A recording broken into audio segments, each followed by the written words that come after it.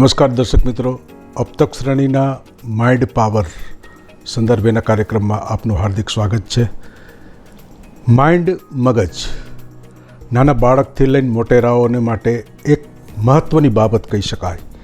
Mind power આજના 21મી સદીમાં એ સંદર્ભેની વૈશ્વિક સ્તરે જે રીતની વાત થઈ રહી છે, જે રીતના પ્રોજેક્ટ થઈ રહ્યા છે, એ બાબતે अब તકનો એક સકારાત્મક પ્રયાસ કે જેમાં આપને ખૂબ જ જાણવાનું મળે, આપના સંતાનોને બાબતે પણ આપ વિશેષ એની દરકાર કરી શકો એવી જ કંઈક વાત अब તકના આ માઇન્ડ પાવર કાર્યક્રમમાં છે. અલગ અલગ શ્રેણીના ભાગરૂપે આજની શ્રેણીમાં પણ આપણે તજજ્ઞ શ્રી આનંદ સાગર તન્ના સાથે આપણે વિશેષ ચર્ચા કરશું. સર્વપ્રથમ તો સાહેબ આપનું હાર્દિક સ્વાગત છે. ખાસ કરી અને સામાન્ય રીતે આપણે વાત જોઈએ તો આપણે સતત ચાલતા રહીએ તો આપણા પગ ચાલતા રહે છે, તો એવી રીતે પણ ઘણા બધા શરીરના અંગો છે. એમાં સૌથી મહત્ત્વનું જે અંગ છે એ આપણું બ્રેન છે અને એનો એક પાવર છે, બ્રેન પાવર. વર્ષો પહેલાંની આપણે વાત કરીએ તો ત્યારની શિક્ષણ પદ્ધતિ, ત્યારની જીવનશૈલી, એને કારણે બાળકોને કે મોટાઓને જેટલું ખપ પૂરતું હતું એટલું એ યાદ રાખી શકતા હતા. પણ હવે નવું ડેવલપમેન્ટ થયું છે ત્યારે 21મી સદીમાં માઇન્ડ પાવર એ બહુ મોટો સબ્જેક્ટ છે. જે બાળકોની જે સમસ્યા હોય છે એને પણ સાંકળીને આપણે વાત કરીશું. તો સર્વપ્રથમ તો જે જૂની શૈલી છે આપણી સાહેબ અને અત્યારની શૈલી છે, એ બે વચ્ચેમાં માઇન્ડ પાવરમાં શું ડિફરન્સ જોવા મળે છે?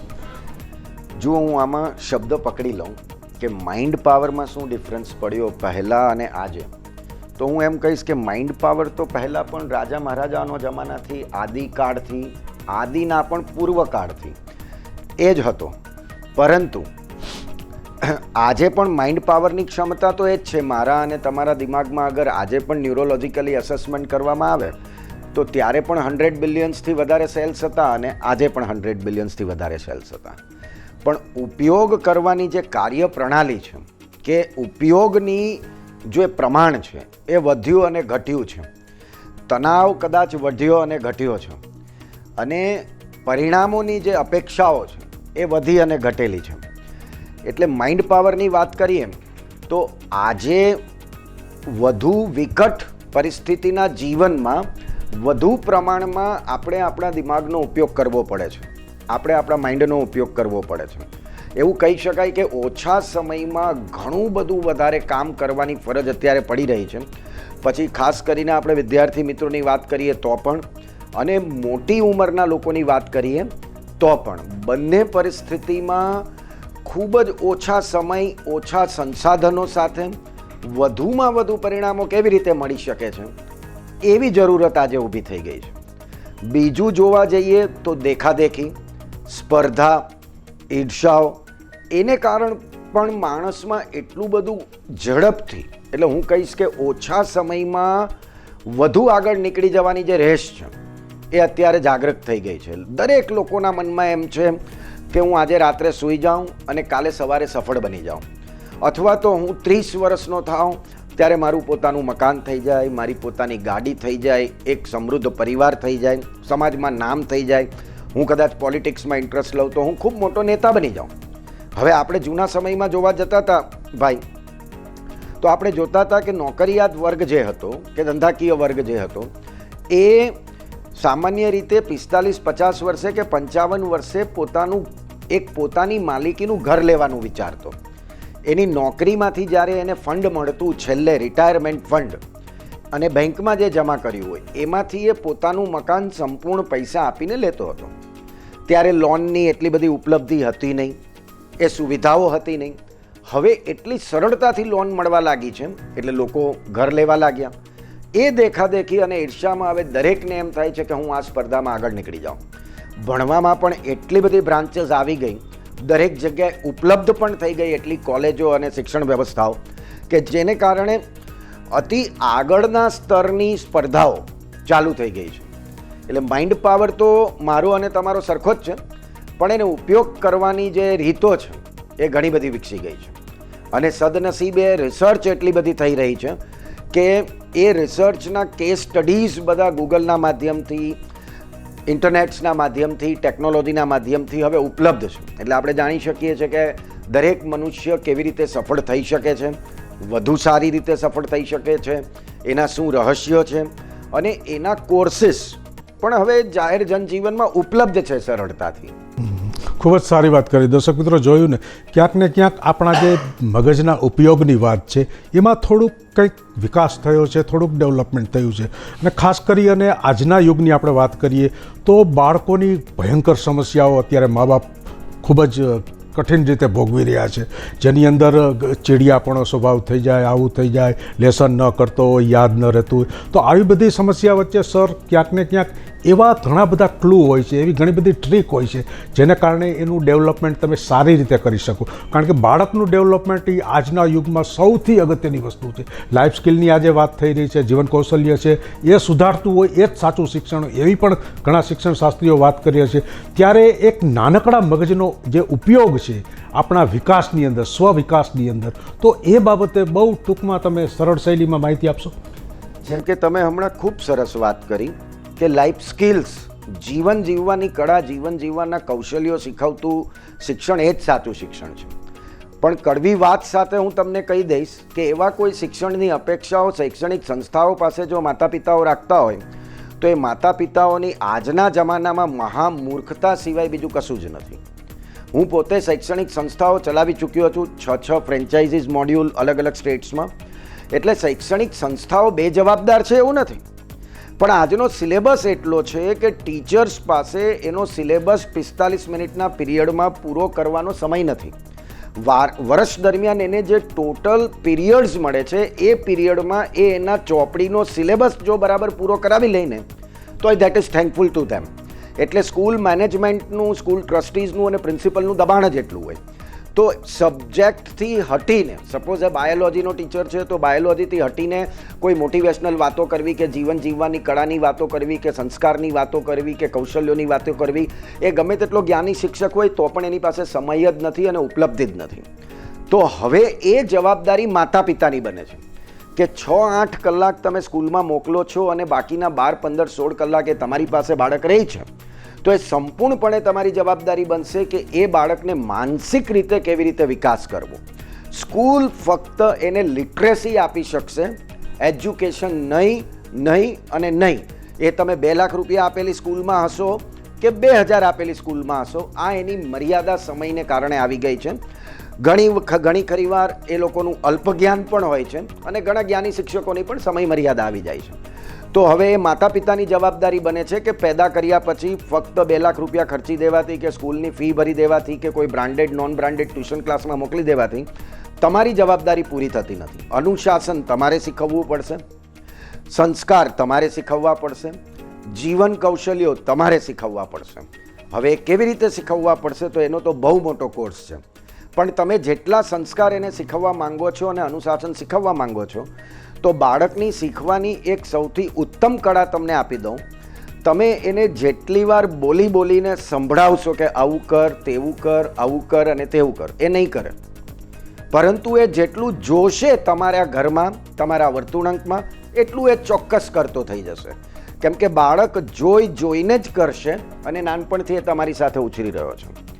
સેકન્ડ પોઈન્ટ સર તમે એવો કીધો કે એને ઘણું બધું યાદ કરવાનું હોય છે, એ ઘણી બધી મૂંઝવણો અનુભવતો હોય છે, તો એ કેવી રીતે કરીએ? તો હવે યાદ કરવાની બાબતમાં હું તમને એક વાત ચોક્કસ કહું મારા વિદ્યાર્થી મિત્રોને કે જુઓ બાળકો, તમે એવું માનતા હોય કે કોઈકની યાદશક્તિ સારી હોય છે અને કોઈકની યાદશક્તિ ખરાબ હોય છે, એવું હોતું નથી. યાદશક્તિ મારી તમારી બધાની સરખી જ હોય છે. ક્ષમતાઓની બાબતમાં 2 જ પ્રકારની યાદશક્તિ હોય, ટ્રેન્ડ મેમરી અને અનટ્રેન્ડ મેમરી. તો પછી આપણને પરિણામ કેમ ઓછું આવે છે? બહુ સ્વાભાવિક વાત છે કે મારી અને તમારી જે યાદ કરવાની, વાંચવાની અને સમજવાની જે પદ્ધતિઓ છે એ અલગ અલગ છે. અને જ્યારે એક જ કાર્યને આપણે અલગ અલગ પદ્ધતિઓ દ્વારા કરીએ તો પરિણામ પણ અલગ અલગ આવે.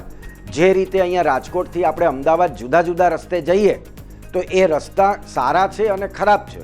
જે ખરાબ રસ્તે જશે એને એવા પરિણામો મળશે, જે લાંબા રસ્તે જશે તો એ જ મોડો પહોંચશે. આ જ રીતે તમે ભણો છો ખરી, પણ કઈ રીતે ભણવું જોઈએ એનો પહેલાં એક કોર્સ કરવો જોઈએ આપણે. એની પહેલાં એક જાણકારી હોવી જોઈએ. તમે 10મા ધોરણમાં આવી ગયા, 10મા ધોરણના આખા વર્ષમાં કયા પ્રકારનું અનુશાસન જોઈએ છે, દરેક વિષયને કઈ પ્રકારે રિવિઝન કરી શકાય, લર્નિંગ કરી શકાય, મેમરાઇઝ કરી શકાય, એની યાદ કરવાની પદ્ધતિઓ હવે ખૂબ જ સરળતાથી ઉપલબ્ધ છે. અમે પોતે એના ટ્રેનિંગ કોર્સીસ કરાવીએ છીએ. આપણે અહીંયા કાર્યક્રમમાં પણ ઘણી ચર્ચાઓ કરશું. યુટ્યુબ અને ગૂગલમાં પણ અવેલેબલ છે, એટલે શીખવાની ઈચ્છા હોય તો બધી જગ્યાએ અવેલેબિલિટી છે જ. હવે વાત રહી તમારી લાઈફસ્ટાઈલ્સની, તો એક વાત હું બહુ ગંભીરતાથી કહું અને દુઃખ સાથે કહું કે યાદ કરવાનું જે મૂળભૂત પરિબળ હોય ને એ હોય રિલેક્સ માઇન્ડ, સ્ટેબલ માઇન્ડ, એક શાંત મન, કે જ્યારે તમારું બ્લડ સર્ક્યુલેશન અને બોડીની અંદર અને માઇન્ડની અંદર જે હોર્મોન્સ જોઈતા હોય એ એક બેલેન્સ પ્રમાણમાં હોય. એ નથી હોતા, કેમ કે તમે સ્ટ્રેસમાં હોવ છો. હવે સ્ટ્રેસમાં કેમ હોવ છો?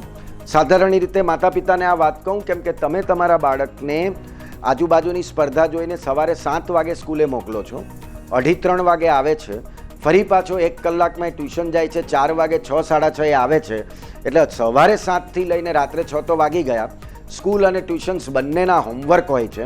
એ હોમવર્ક કરવાનું એના શરીરમાં હવે દમ બચ્યો નથી, છતાં પણ પ્રેશરને કારણે અહીંયાથી અહીંયા કોપી અને પેસ્ટ કરે છે, જેનો કોઈ મતલબ નથી. This is waste of time.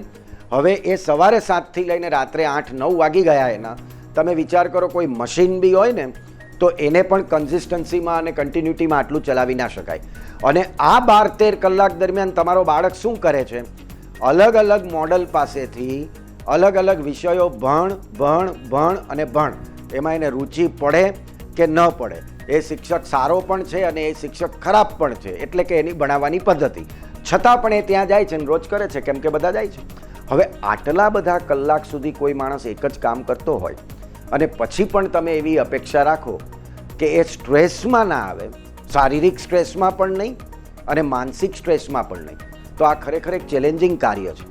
છતાં પણ આપણે એના બનતા પ્રયાસો કરશું કે સ્ટ્રેસ કેવી રીતે દૂર થાય. તો એ અનુશાસનથી દૂર થશે અને એની અમુક પદ્ધતિઓનું ચુસ્ત પાલન કરવાથી દૂર થશે. રેગ્યુલર કસરત કરવાથી, તમારું જે દૈનિક રોજિંદી ક્રિયાઓ છે એને એક ચોક્કસ સમય કરવાથી, તમારા જમવામાં જંક ફૂડ અને બિનજરૂરી ખોરાકોને દૂર કરવાથી, દેખાદેખીમાં કોકાકોલા જેવા, થમ્સઅપ જેવા ઠંડા પીણાઓ પીવાથી, જેમાં ઘણા મા બાપ તો અતિ ગર્વ લેતા હોય છે કે વાહ, મારો 5 વર્ષનો છોકરો કોકાકોલા પીતા થઈ ગયો. ખરેખર એ મા બાપને શરમ કરવી જોઈએ કે તમને છાશ પીવડાવતા આવડતી નથી અને માખણ ખવડાવતા આવડતું નથી, અને તમારે ઘરે બનાવવું નથી, એટલે બહાર તમે પાનની દુકાને છોકરાને ઊભા રાખી અને ઠંડા પીણા પીવડાવો છો. એ ગર્વની બાબત નથી, ખરેખર શર્મની બાબત છે. એટલે એ પહેલાં તો એ બધી ક્રિયાઓ બંધ કરવી પડશે, તો આપણે એક તંદુરસ્ત શરીર મેળવી શકીશું. તંદુરસ્ત શરીરમાં જ તંદુરસ્ત મન વસી શકે છે. બીમાર શરીરમાં ક્યારેય તંદુરસ્ત મન ના વસી શકે. અને જો તંદુરસ્ત મન નહીં હોય તો તંદુરસ્ત વિચાર નહીં આવે, તંદુરસ્ત વિચારોનો અભાવ હશે તો તમે તણાવગ્રસ્ત થવાના જ છો. એટલે તણાવને સૌથી પહેલાં આપણે કાબૂમાં લાવવો પડશે. વિગતવાર ચર્ચા એની આપણે ચોક્કસ કરતા રહીશું. ખૂબ જ સારી વાત કરી, કારણ કે એક સ્કિલ તણાવમાં અનુકૂલન કેવી રીતે સાધવું એ સંદર્ભેની એક બાળક માટેની સ્કિલ આપવામાં આવી છે. આહાર ઉછેરની વાત કરી તો અત્યારે બહુ વિકટ પરિસ્થિતિ મા બાપ માટે છે, કારણ કે ઘણી બધી સમસ્યા બાળકોની છે. ખરેખર તો આપણે બાળકોને પ્રોત્સાહન આપવું જોઈએ, પણ એને શું બનવું છે શું નહીં એની આપણે ક્યારેય દરકાર નથી કરતા હોતા. જે બાળકનો શારીરિક, સામાજિક અને જે વિકાસ છે, માનસિક વિકાસ, આ 3 સંદર્ભેમાં ક્યાંક ને ક્યાંક આપણું મગજ જોડાયેલું છે. અને ખાસ કરી અત્યારનો જે કરંટ ટોપિક છે 10મા અને 12મા, આ 2 બોર્ડની જે પરીક્ષા હોય છે ત્યારે સમગ્ર પરિવાર આખો એના શેડ્યુલ આખા વિખાઈ જતા હોય છે અને ટોટલી ધ્યાન એનું બાળક ઉપર હોય છે. તો આવા સંજોગોમાં એક મા બાપ માટે અને એક વિદ્યાર્થી માટે તમારી શું સલાહ હોઈ શકે? સૌથી પહેલાં તો ધોરણ 10-12ના બોર્ડના વિદ્યાર્થીઓને મારી ખૂબ ખૂબ શુભકામનાઓ, મારા આશીર્વાદ, અને ઈશ્વર તમને એની પૂરતી તૈયારી કરવાનું શારીરિક અને માનસિક સામર્થ્ય આપે. હવે બીજી વાત કહું, ધોરણ 10 બોર્ડની એક્ઝામ અને 12 બોર્ડની એક્ઝામ મને એવું કંઈ ખાસ લાગતું નથી કે એને કંઈ ઇમ્પોર્ટન્સ આપવું જોઈએ. કશું જ નથી. 10 કિલોમીટર પછી આવતો 4 રસ્તો હોય, એનાથી વિશેષ 10મા બોર્ડની કોઈ બહુ મહત્ત્વ નથી કે 12માના બોર્ડનું નથી. ટ્યુશન ક્લાસીસવાળા અને બાકી લોકો બ્રાન્ડેડ કોચિંગ્સવાળા ખૂબ મોટે પાયે પૈસા લઈ શકે એટલે હવ્વો ક્રિએટ કરવામાં આવ્યો છે બોર્ડ એક્ઝામ્સ. મને તાર્કિક રીતે કોઈ સમજાવી દે કે બોર્ડ એક્ઝામ શા માટે અલગ છે. જે રીતે 1 થી 9 ધોરણની પરીક્ષા આપી છે એના વિષયની, એ જ રીતે આપવાની છે. કોઈક બીજાની પારકી સ્કૂલની પારકી બિલ્ડિંગમાં જઈને આપવાની છે. એ ક્લાસનો કલર અલગ હશે અને બેન્ચ અલગ હશે. ત્યાં જે એક્ઝામ સુપરવાઇઝિંગમાં આવ્યા હશે એ કોઈ બીજી સ્કૂલના ટીચર હશે. આપણે તો ઈમાનદારીથી જ પરીક્ષા 9મા ધોરણ સુધી આપી તો હવે 10મામાં આપશું.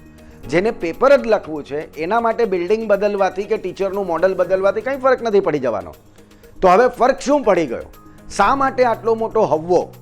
બિનજરૂરી હવ્વો ક્રિએટ કરવાથી તમે ડરનું માહોલ બાળકોને બનાવી દીધું છે કે 8મા ધોરણથી તમે એને ખીજાતા થઈ જાઓ છો. ધ્યાન રાખ 10મું ધોરણ છે, ધ્યાન રાખ બોર્ડ છે. એટલે કોઈ સામાન્ય રસ્તે ચાલતા માણસને 10 માણસ જો ટોકે કે આગળ ધ્યાન રાખજો, હો જણા આગળ ધ્યાન રાખજો, તો કેવી પરિસ્થિતિ થાય? એને ચોક્કસ મનમાં શંકાઓ જાગે કે આગળ કંઈક ખતરનાક ઘટના ઘટવાની લાગે છે. તમે એક નોર્મલ વાતાવરણ ક્રિએટ કરવાની જગ્યાએ એટલું બધું ડરાવનું માહોલ ક્રિએટ કરી દીધું છે કે જેને કારણે વધારાનો સ્ટ્રેસ આવી ગયો છે. જે નથી એના કરતાં વધારે મોટું બિહામણું સ્વરૂપ બોર્ડ એક્ઝામ્સનું આવી ગયું છે અને વધારે પડતી બિનજરૂરી સ્પર્ધામાં આવી ગયા છે. એ 4 રસ્તા છે જ્યાંથી એને એક લાઈન સિલેક્ટ કરવાની છે કે આર્ટ્સમાં જશે, કોમર્સમાં જશે, હ્યુમેનિટીમાં જશે કે સાયન્સમાં જશે. એને જે પર્સન્ટેજ આવશે અને એની જે રુચિ હશે એ પ્રમાણે એની એબિલિટી અને સેટ ઓફ સ્કિલ્સ પ્રમાણે જતા રહેશે. તો સૌથી પહેલાં તો આ એક અભિગમ અપનાવો. તમારા બાળકને તમારા ઘરમાં બહુ મોટો હવ્વો ક્રિએટ ના કરો કે બોર્ડ છે, બોર્ડ છે, બોર્ડ છે. દર વર્ષની વાર્ષિક પરીક્ષાની જેમ એક 10મા ધોરણની વાર્ષિક પરીક્ષા છે. આ વર્ષે પણ આપણે પૂરતી તૈયારી કરી છે અને જે તૈયારી કરી છે એમાં હજુ વધારે જરૂરત હશે તો અમે તારી મદદ કરીશું, સાથે બેસીશું અને આપણે જાતે જ તૈયારી કરીશું. આવું એક સાધારણ વાતાવરણ તમે એને બનાવી દો. બાળકોને કહું કે તમને બોર્ડ એક્ઝામ્સનો તણાવ આવતો હોય તો એના 2 કારણ છે. એક, પહેલી વાત તો સમજી લો, તણાવને પગ નથી હોતા કે સામે ચાલીને આવે. તણાવ છે ને એક એવો ઈગોવાળું વસ્તુ છે, અહંકારવાળું, કે જ્યાં સુધી તમે એને 2-5 વાર બોલાવો નહીં અને તમારા 2 હાથ આમ ફેલાવીને ગળે ના લગાડો ને ત્યાં સુધી આવે જ નહીં. તમને વર્ષ ચાલુ થયું ત્યારે જ ખબર હતી કે હું 10મા ધોરણમાં કે 12મા ધોરણમાં પ્રવેશ લીધો. સેટ ઓફ સ્કિલ્સ અરે સેટ ઓફ બુક્સ તમને આપી દીધી. આટલી બુક આવતા માર્ચ મહિનામાં એક્ઝામ આવવાની છે અને મારે પૂરી કરવાની છે. બધાને પહેલેથી ખબર જ હતી. જો તમે સમય વેડફી નાખ્યો છે અત્યાર સુધી ઇન્સ્ટાગ્રામમાં, સોશિયલ મીડિયામાં, ફેસબુકમાં ને અન્ય જગ્યાએ ભૂલથી કે અજાણતામાં કે જાણતામાં સમય વેડફાઈ ગયો છે, તો સ્વાભાવિક રીતે જ્યારે તમને વાસ્તવિકતાનું જ્ઞાન થયું કે અરે રે હવે તો મારો સિલેબસ બાકી રહી ગયો અને હવે તો શું થશે, તો સ્વાભાવિક રીતે તણાવ આવશે જ. કોઈ પણ માણસ જે તૈયારી વગરનો છે, તાલીમ વગરનો છે, એને યુદ્ધ પહેલા તણાવ આવે ને આવે છે. આ એક હકીકત વિચારી લેજો. હું રિયાલિસ્ટિક વાત કરીશ. હવે ઘણા બાળકો એમ કહેશે ના સર અમે તો બહુ પહેલેથી સિન્સિયર જ છે, વાંચીએ છીએ, કોઈ આડી અવડી પ્રવૃત્તિઓ કરતા નથી ને પૂરતું, છતાં પણ એક્ઝામનો તણાવ આવે છે. તમને એટલે આવે છે બાળકો કેમ કે તમે પરીક્ષા કરતાં વધારે પરીક્ષા પછી ભવિષ્યમાં આવનાર પરિણામ વિશે વિચારો છો. અને જ્યારે તમારું ધ્યાન પરિણામ ઉપર જશે એટલે તમે શું સવાલ કરશો? મને પરીક્ષામાં યાદ તો આવશે ને, મારા પરીક્ષામાં 90% તો આવી જશે ને, 70% તો આવી જશે ને. હવે આ સવાલનો જવાબ વિશ્વમાં કોઈ પણ વ્યક્તિ જો આજે આપી શકતો હોય તો મને બતાવો કે કોણ આપી શકે. કારણ કે તમારું પરિણામ ભવિષ્યમાં આવવાનું છે ને આવતીકાલે શું થવાનું છે કોઈ કહી શકતું નથી. તો જ્યારે આવા અનઆન્સર્ડ ક્વેશ્ચન આપણા દિમાગને પૂછવામાં આવે એટલે આપણા મનની એક મનોવિજ્ઞાન છે કે એ છે ને એની પાછળ પડી જાય જવાબ શોધવાની કે આનું શું કરવું, શું પરિણામ આવશે. અને એક સીમાથી વધારે તમે વિચારો એટલે આપણા મનનો મૂળભૂત સ્વભાવ જે મનને પસંદ છે, મેડિકલી કહું તો એ છે નેગેટિવ વિચારો. એને બહુ ગમે કેમ કે નેગેટિવ હોર્મોન્સ આપણા બોડીમાં અને આપણા માઇન્ડમાં પડેલા જ છે. પછી એ કોર્ટિનોક્સ હોર્મોન્સ હોય કે એડ્રેનાઇલ્સ હોય તો તરત જ નેગેટિવ વિચાર આવશે છેલ્લે કે નહીં થાય તો, ટકા ઓછા આવ્યા તો મારી તમને એવી સલાહ છે, આગ્રહ છે, નિવેદન છે કે હવે આ 3 મહિના માટે તમારું સંપૂર્ણ ધ્યાન પરિણામ ઉપરથી હટાવી દો અને તમે તમારા મનને એક એવો ઉપાય આપો કે જે પરિણામ આવશે ને જેવું આવશે જોયું જશે, પડશે તેવી દેવાશે, મને પરિણામની કોઈ ચિંતા નથી, આવું સંપૂર્ણપણે વિચારી લો. તો તમને શેની ચિંતા છે? મને એટલી જ ચિંતા છે કે હું આ બાકીના જે 2 મહિના બચ્યા છે એ 2 મહિના દરમિયાન મારાથી શક્ય તેટલી બધી જ આળસ કર્યા વગર હું મારી શારીરિક ક્ષમતા અને માનસિક ક્ષમતા મુજબ મારો સંપૂર્ણ સમય ભણવામાં, વસ્તુઓ યાદ કરવામાં આપીશ. એટલે તમારે રોજનું રોજ જે ટાઈમ ટેબલ તમે બનાવેલું છે કે કદાચ તમારે 10 પ્રશ્નો કરવાના છે કે 20 પ્રશ્નો કરવાના છે, એ 20 પ્રશ્નો પૂરા કરો. બસ એ 20 પ્રશ્નો થઈ ગયા. હવે એ ન વિચારો કે હજી આવતીકાલે 40 બાકી છે. આજના 20 પ્રશ્નો થઈ ગયા ને એટલે તમે ખુશ થઈ જાઓ, મસ્ત રીતે જમો, પીવો અને થોડો ડાન્સ કરવો હોય તો કરો, આનંદો કરી લો. આજનો ટાર્ગેટ પૂરો એટલે તમે સક્સેસ થઈ ગયા. કાલની વાત કાલે સવારે સૂર્યોદય થશે ત્યારથી જોશું. આ અભિગમ દરેકે ફરજિયાત અપનાવવો જ પડશે, તો તમે તણાવથી મુક્ત રહેશો. નકારાત્મક વાતો કરનારાઓથી, જે લોકો વારે ઘડીએ તમને એમ પૂછે છે તારું કેટલું કમ્પ્લીટ થયું, જે લોકો એમ પૂછે છે કે હજી તારું કેટલું બાકી છે, મને તો આ વિષય બહુ અઘરો લાગે છે, એવા નકારાત્મક લોકોથી કાયમ માટે દૂર થઈ જાવ તો બહુ સારું. અન્યથા 3 મહિના માટે તો એનો બોયકોટ કરી દો. જે લોકો તમને વગર લેવે દેવે ઓલ ધ બેસ્ટના ફોન કરતા હોય, એ બધા ફોન અવોઇડ કરો, ઇગ્નોર કરો અને તમારા પેરેન્ટ્સને કહો એ લોકો અટેન્ડ કરી લઈએ. અને એમ પેરેન્ટ્સને હું રિક્વેસ્ટ કરું, એ ફોન ઓલ ધ બેસ્ટના પણ છે ને અત્યારે નહીં આપો. પરીક્ષા પછી જ્યારે પતી જાય ને ત્યારે તમારા બાળકને કહી દેજો કે બેટા આટલા લોકોના ફોન આવ્યા હતા, તને આશીર્વાદ આપવા ને ઓલ ધ બેસ્ટ માટે. અત્યારે એ સ્ટ્રેસ પણ પેદા નહીં કરો. કેમ કે વાતોમાં પણ કોઈ ઉદાહરણ આપી દેશે કે ભાઈ ફિઝિક્સમાં બહુ ધ્યાન આપજે, મારા મામાનો દીકરો તો ફેલ થયો હતો. એટલે ક્યાંકથી અનનોવિંગલી આવી નેગેટિવ બાબતો આવી જશે. તો પહેલાં તો નકારાત્મક બાબતોથી દૂર રહો. પરિણામની ચિંતા કરવાની તો વાત દૂર રહી, પરિણામ વિશે વિચારવાનું જ બંધ કરી દો. રોજનો રોજ ટાર્ગેટ પૂરો કરો. બને ત્યાં સુધી પાણી વધારે પીવો. બીજું, બને ત્યાં સુધી રાતનો ખોરાક ઓછો લેવાનો. બપોરે જે ખોરાક લેતા હોય એમાં 10થી 15% ખોરાક ઓછો લેવાનો. એનાથી પણ તમારા તણાવમાં ઘણી ખરી રાહત મળી જશે અને તમે ખૂબ સારી રીતે યાદ કરી શકશો અને આવનારી પરીક્ષાની તૈયારી કરી શકશો. ખૂબ જ સારી વાત કરી. દર્શક મિત્રો, જોયું ને ક્યાંક ને તન્ના સાહેબની જે વાત હતી એમાં નકારાત્મકથી દૂર રહેવાની વાત હતી. કારણ કે પોઝિટિવ છે એ સૌથી અગત્યની વસ્તુ આપણા માટે. આપણે જાણીએ છીએ, જોઈએ છીએ, વિચારીએ છીએ, એ બધામાં જ ક્યાંક ને ક્યાંક આપણા બ્રેનનો આપણે ઉપયોગ કરીએ છીએ. શારીરિક, સામાજિક અને માનસિક આ 3 વિકાસ તો છે જ. શરીર તંદુરસ્ત હોવું જોઈએ, મન સાથે મગજ આપણું સંકળાયેલું છે. આ બધી જ વાતો વચ્ચે એક વિદ્યાર્થી તરીકે તમે જ્યારે આગળ વધો છો, વિકાસ કરો છો, ત્યારે 3 કે 4 પાસાની જે વાત કરી એ સંદર્ભે તમે વિશેષ કાળજી લેશો તો ખૂબ જ સારી બાબત ગણાશે. અને અબ તકનો પણ આ જ પ્રયાસ છે. આ માઇન્ડ પાવર શ્રેણી શરૂ કરવા પાછળનો હેતુ એ જ છે કે આજના મા બાપોને બાળકના આહાર, ઉછેર સાથે જે કંઈ મુશ્કેલી પડે છે એમાં એક તજજ્ઞોનું માર્ગદર્શન મળે. અને જૂનો જમાનો અને આજનો જમાનો એમાં ઘણું બધું ડિફરન્સ છે. ત્યારે એક આઈક્યુની દ્રષ્ટિએ પણ, એક બ્રેન પાવરની દ્રષ્ટિએ પણ આપણે બાળકને પ્રોત્સાહન આપીએ, એને આગળ વધારીએ, જેના થકી એ પોતાનું ડેવલપમેન્ટ કરી શકે. પણ આપણે અત્યારે મહત્ત્વની ભૂલ એ સાહેબ કરી રહ્યા છીએ કે બાળક ઉપર આપણે બેસી જઈએ છીએ. બાળકને શું બનવું છે એનું ક્યારે આપણે પૂછતા જ નથી. આપણે જે આપણી આકાંક્ષાઓ છે, આપણી જે ઈચ્છાઓ અધૂરી રહી છે એ એની ઉપર ઢોળી દઈએ છીએ. તો આ સંદર્ભે થોડીક ટૂંકમાં વાત કરી દેશો. અજ્ઞાનતાનો સંપૂર્ણ નમૂનો છે. કેમ કે તમે કીધું એને હું કોઈ પણ જાતની દલીલ વગર સ્વીકારવા તૈયાર છું. તમે બિલકુલ સત્ય જ કીધું છે કે બાળકને શું બનવું છે એ બાળક નક્કી નથી કરતું, એના માતા પિતા નક્કી કરે છે. અને એના માતા પિતાએ પોતાની એક મર્યાદિત અને સંકુચિત જ્ઞાનની સીમા જે છે, માહિતીઓની સીમા છે, એના દાયરામાં રહીને નક્કી કરે છે કે એને ડૉક્ટર બનવું જોઈએ, એન્જિનિયર બનવું જોઈએ કે આર્કિટેક્ટ બનવું જોઈએ. હવે એ માતા પિતાને જઈને જરા પૂછો કે ડૉક્ટર, એન્જિનિયર અને આર્કિટેક્ટ તમે બનાવવા માંગો છો, એ સિવાય એ શું બને તો ચાલે, મને બતાવો ને. 10મા ધોરણ પછી કેટલી લાઈન આવે? આર્ટ્સ પછી શું કરી શકે? કોમર્સ પછી શું કરી શકે? એના મમ્મી પપ્પાને જેને એ નક્કી કર્યું છે ને કે આ બનવું છે, એની પાસે પણ એ સિવાયનું કોઈ જ્ઞાન નથી. સીમિત જ્ઞાન છે 5 લાઈનનું. કેમ કે સરાઉન્ડિંગમાં તમારા શહેરમાં એ ટ્રેન્ડ ચાલી રહ્યો છે, એ ગાડરીઓ પ્રવાહ ચાલી રહ્યો છે. કોણે ચાલુ કર્યો? એજ્યુકેશનના ઇન્ડસ્ટ્રીએ ચાલુ કર્યો. અગર હું અહીંયા મેડિકલ કોલેજ ખોલી દઈશ ને તો હું રાજકોટમાં એવો ટ્રેન્ડ ચાલુ કરીશ કે જે મારી કોલેજમાં બ્રાન્ચ હોય સાહેબ, સિવિલની, ઇલેક્ટ્રોનિક્સની, એનું જ ભવિષ્ય છે.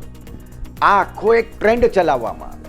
તમે તમારા બાળકની એક સ્ટ્રેન્થ અસેસ કરાવો કાઉન્સેલર પાસે અથવા સાયકોથેરાપિસ્ટ પાસે જઈને. અત્યારે તો હવે સુવિધાઓ ઉપલબ્ધ છે. તમે તમારા બાળકની સ્ટ્રેન્થ અને વીકનેસનું એનાલિસિસ કરાવડાવો. તમે તમારા બાળકની રુચિ છે કે નથી એનું એનાલિસિસ કરાવડાવો. એવી કોઈ લાઈન નથી જગતમાં જેમાં થપ્પો મારીને કહેવામાં આવે કે સફળ બનશે અને સુખી રહેશે જીવનભર. એવી કોઈ લાઈન નથી કે જેમાં થપ્પો મારીને કહેવામાં આવે કે આમાં તો અસફળ જ થાય. તમારી પાસે દર્શક મિત્રોમાંથી કોઈની પણ પાસે અત્યારે એમ થતું હોય તો એક લાઈન વિચારીને મને કેવડાવો જોઈએ અહીંયા મીડિયા હાઉસમાં ફોન કરીને કે સાહેબ આ લાઈન હોય ને તો ફેલ જ થવાય. ભિખારીની લાઈન પણ એવી નથી. બોલો, આજકાલ એવા ભિખારીઓ મળે છે કે જે સક્સેસફુલ છે. બોલો, મુંબઈમાં 8-8 ફ્લેટ્સ છે અને તમારા ધ્યાનમાં કોઈ સક્સેસફુલ થંબનેલ વાળી લાઈન હોય તો વિચારો જોઈએ કે જે કરી લેવાથી આમ સફળતાની ગેરંટી હોય, સુખી જીવનની ગેરંટી હોય. કેમ કે લક્ષ્ય નિર્ધારણ પ્રત્યે આપણે એટલા બધા થોડા નિષ્કાળજીવાળા થઈ ગયા છે કે આપણને ખબર જ નથી કે જીવનમાં ખરેખર લક્ષ્ય શું છે. તમે તમારા બાળકને અજ્ઞાનતાથી, ભૂલથી તમે તમારા બાળકની ચિંતા કરો છો એટલે જ, પણ ભૂલથી તમે તમારા બાળકનું ખોટું લક્ષ્ય નક્કી કરી દીધું. શું કે બેટા તારા જીવનનું લક્ષ્ય છે ડૉક્ટર બનવું, કે તારા જીવનનું લક્ષ્ય છે એન્જિનિયર બનવું, કે XYZ બનવું. ચાલો આપણે એને કહી દીધું કે જીવનનું લક્ષ્ય બનવું. મારા મિત્રનો એક દીકરો હતો સાહેબ, એને એમ કીધું કે મારા જીવનનું લક્ષ્ય MBA કરવું છે IIMમાંથી MBA કરી લીધું. એ પછી તરત હું એના ઘરે ગયો અને મેં કીધું શું પતાવ્યું તેમ? તો કે સર IIMમાંથી MBA પતાવી દીધું. મેં કીધું તારા જીવનનું લક્ષ્ય તો પતી ગયું, તો હવે જીવનનો અંત આણી દે. હવે આગળ જીવનમાં કરીશું, કેમ કે આ તો તારા જીવનનું લક્ષ્ય હતું.